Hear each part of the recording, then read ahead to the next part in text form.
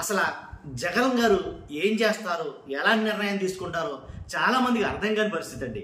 ఒక మాటలో చెప్పమంటే ఎలా అంటే పార్టీలో ఉండే చాలా మంది నాయకులకి అర్థం కాదు జగన్ గారు ఎలాంటి నిర్ణయాలు తీసుకుంటారు అనేది. జగన్ గారు తీసుకున్న ఒక నిర్ణయం జగనన్న సైన్యం నిజమండి. అది అసలు ఇది ఎలా పాసిబిలిటీ ఏంటో నాకు అర్థం కావట్లేదు. అంటే నియోజకవర్గానికి 8,000 అన్నారు, ఒక నియోజకవర్గానికి వచ్చి 8,000 మంది దాకా ఉంటారు అని అన్నారు. ఒక నియోజకవర్గానికి 8,000 మంది చుట్టూ తీసుకుంటాం జగనన్న సైన్యం కింద. 8,000 మంది ఒక నియోజకవర్గానికి అయితే 175 నియోజకవర్గాలు ఇంచుమించుగా ఇంటూ 8,000 అంటే 14 లక్షల మంది అయ్యారు. 14 లక్షల మందితో జగనన్న సైన్యం అని ఒకటి సిద్ధం చేస్తున్నారు. నవంబర్ కల్లా సైన్యాన్ని సిద్ధం చేస్తున్నారు. దేనికి? యుద్ధానికి సిద్ధమా అనబోతున్నారు. కాబట్టి ఇప్పుడు అది తీసుకోబోతున్న ప్లాన్ ఏంటి, అసలు ఏ స్ట్రాటజీ, అసలు ఎలాగైతే వర్కౌట్ అవుతుందా, వర్కౌట్ కాదా, అసలు నియోజకవర్గానికి 8,000 ఏంటి, 14 లక్షలతోటి సైన్యం ఏంటి నాకు అర్థం కాదా. కానీ దాని గురించి కొంచెం వివరంగా చెప్పబోతున్నాను. ఫస్ట్ అయితే కనుక లైక్ చేయండి, లైక్ చేస్తే నాకు మోటివేషన్ ఉంటుందండి. అలాగే ఎక్కువ మందికి ఇన్ఫర్మేషన్ షేర్ అవుతుంది మీరు లైక్ చేయడం ద్వారా. లైక్ చేయడం మీ వాయిస్ అంటాను. కొత్తగా మన ఛానల్ ఇస్తే పక్కాగా సబ్స్క్రైబ్ చేయండి. మీ అమూల్యమైన అభిప్రాయాన్ని కామెంట్ రూపంలో తెలియజేయండి. ఏంటంటే యుద్ధానికి సిద్ధమా అన్నట్టుగా ఆల్రెడీ ఎన్నికల సమరశంఖం జగన్మోహన్ రెడ్డి గారు పూరించేశారు అనే చెప్పాలా. ఎందుకంటే ఈ నవంబర్కి ఆల్రెడీ రిబ్బన్ కటింగ్ అయిపోతుంది, ఐడి కార్డులు కూడా ఇచ్చేస్తున్నారు. నవంబర్ కల్లా మొత్తం డేట్ ఫిక్స్ చేసినట్టే. ఎందుకని ఈ నవంబర్ కల్లా ఒక సైన్యాన్ని సిద్ధం చేస్తారు జగన్మోహన్ రెడ్డి గారు అని అంటే కనుక, ఏదైతే ఆల్రెడీ తెలంగాణలో ఎన్నికలు జరుగుతున్నాయి, స్థానిక పంచాయతీ ఎన్నికలు, అక్కడ జరిగిన తర్వాత నాకు తెలిసి ఆంధ్రప్రదేశ్లో కూడా స్థానిక పంచాయతీ ఎన్నికలు అనేవి ప్రారంభం అయిపోతాయి, ఎలాంటి డౌట్ లేదు. ఆల్రెడీ ఒక ఎలక్షన్ కమిషన్ ఆల్రెడీ ఇక్కడ కూడా ప్రాసెస్ అయితే స్టార్ట్ చేసింది. కాబట్టి ఇప్పటి నుంచే అంటే స్థానిక ఎన్నికల నుంచే అసెంబ్లీ ఎన్నికల వరకు ఒక రూట్ మ్యాప్ అనేది సిద్ధం చేసుకోవడానికి జగన్ ప్రిపేర్ అయిపోయాడు. దాంట్లో ఎలాంటి డౌట్ లేదు. దాంట్లో భాగంగానే ఫస్ట్ ఎక్కడైతే మనం పడిపోయామో అక్కడే వెతుక్కోవాలన్నట్టుగా ఆల్రెడీ ఎక్కడైతే దెబ్బతిన్నాడో అక్కడే వెతుక్కోవడానికి ప్రారంభించాడు జగన్మోహన్ రెడ్డి గారు అని చెప్పాలి.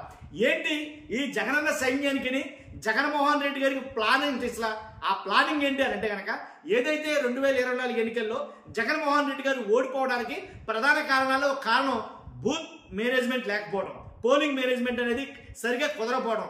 కాబట్టి నన్ను అడిగితే కనుక వైఎస్ఆర్సీపీలో ఉన్న అందరూ, వైఎస్ఆర్సీపీలో ఉన్న ముఖ్యమంత్రిని పక్కన పెడితే, జగన్మోహన్ రెడ్డి గారిని పక్కన పెడితే మిగిలిన మంత్రులు అందరూ కూడా నాకు తెలిసి పోల్ మేనేజ్మెంట్లో కొంచెం వీకే.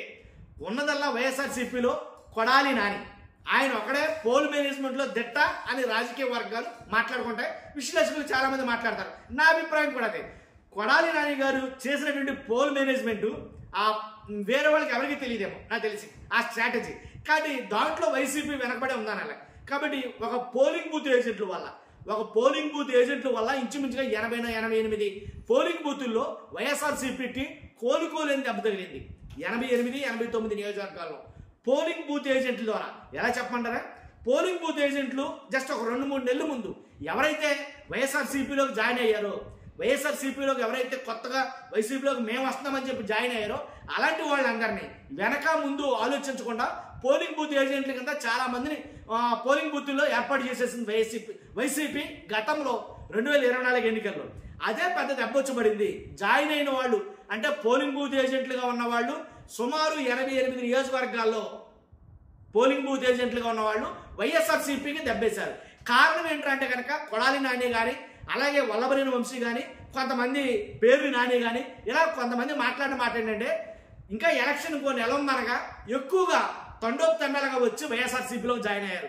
ఆ జాయిన్ అయిన వారిలో కోవర్టులు ఎక్కువ ఉన్నారు. అది టీడీపీ కోవట్ల, జనసేన కోవట్ల, బీజేపీ కోవట్ల, తర్వాత విషయం కోవర్టులు ఎక్కువగా జాయిన్ అయ్యారు. జాయిన్ అయ్యి మన వాళ్ళు అని నమ్మించి నెట్టెడు ముంచేశారు. పోలింగ్ బూత్ ఏజెంట్లుగా ఉన్న వాళ్ళు సుమారు రాయలసీమ ప్రాంతంలో ఉన్నటువంటి చాలా మంది మోసం చేశారు. 88 నియోజకవర్గాలు అలాంటివి లెక్కొచ్చాయి.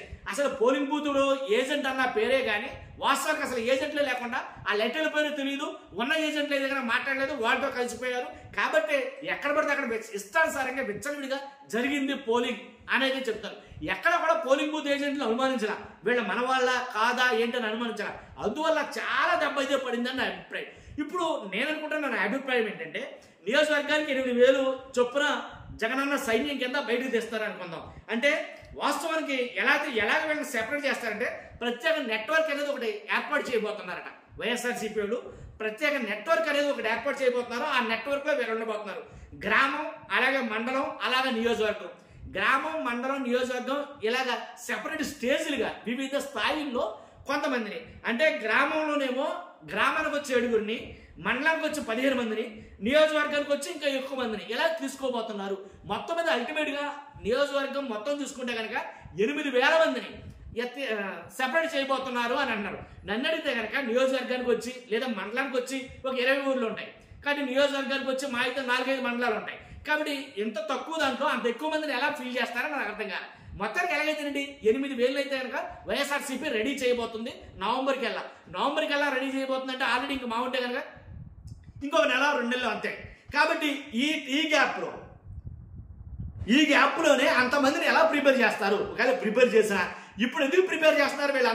వీళ్ళందరినీ ఒక ఐడి కార్డులు ఇస్తారా, ఒక అథెంటికేషన్ ఉంటుంది, వాళ్ళు సెపరేట్గా ఒక ఎలాంటి ఒక ప్రాజెక్ట్ లాగా, ఒక ప్రత్యేక నెట్వర్క్ లాగా వాళ్ళు ఫామ్ చేయబోతున్నారు. ఎందుకు ఇంత తతంగం అని అంటే కనుక ఏదైతే దెబ్బ పడిందో వైఎస్ఆర్సీపీకి, ఆ దెబ్బ మరలా రాబోయే ఎన్నికల్లో జరగకూడదని పోలింగ్ బూత్ ఏజెంట్లు అయినా సరే వాళ్ళే, లేదా కూటమి ప్రభుత్వాన్ని ఎదుర్కోవడానికి ఎలాంటి నెట్వర్క్ అయినా సరే, ఎలాంటి అవాంతరాలను ఎదుర్కోవడానికి సంసిగ్ధులుగా, సుశిక్షితులైనటువంటి సైనికులుగా వీళ్ళు తీర్చిదిద్దబోతున్నారు.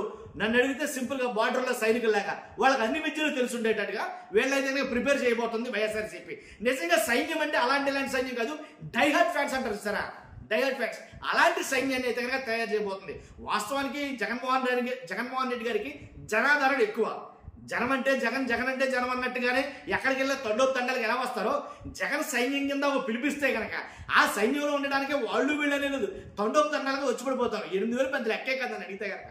కాబట్టి వాళ్ళలో మనవాళ్ళు అన్నవాళ్ళు అంటే ఒక నెల ముందో, ఓ 15 రోజుల ముందో ఎన్నికలకి చేసే తంతులా కాకుండా ఎప్పటి నుంచే స్టాండర్డ్ ప్రిన్సిపల్స్ తోటి ఎప్పటి నుంచే వాళ్ళని 100% తరఫీదునిచ్చి పోలింగ్ బూత్ లో ఉంటే కనుక ఆ ఏజెంట్లకు ఉండే నిర్వహించాల్సిన విధులు ఏంటి, వాళ్ళు ఏమేమి చేయాలి, ఎలా ఎదుర్కోవాలి, ఎలాంటి సమస్యలు వస్తాయి అని ఒక క్లియర్ కట్ గా వాళ్ళకి తెలియజేయడం.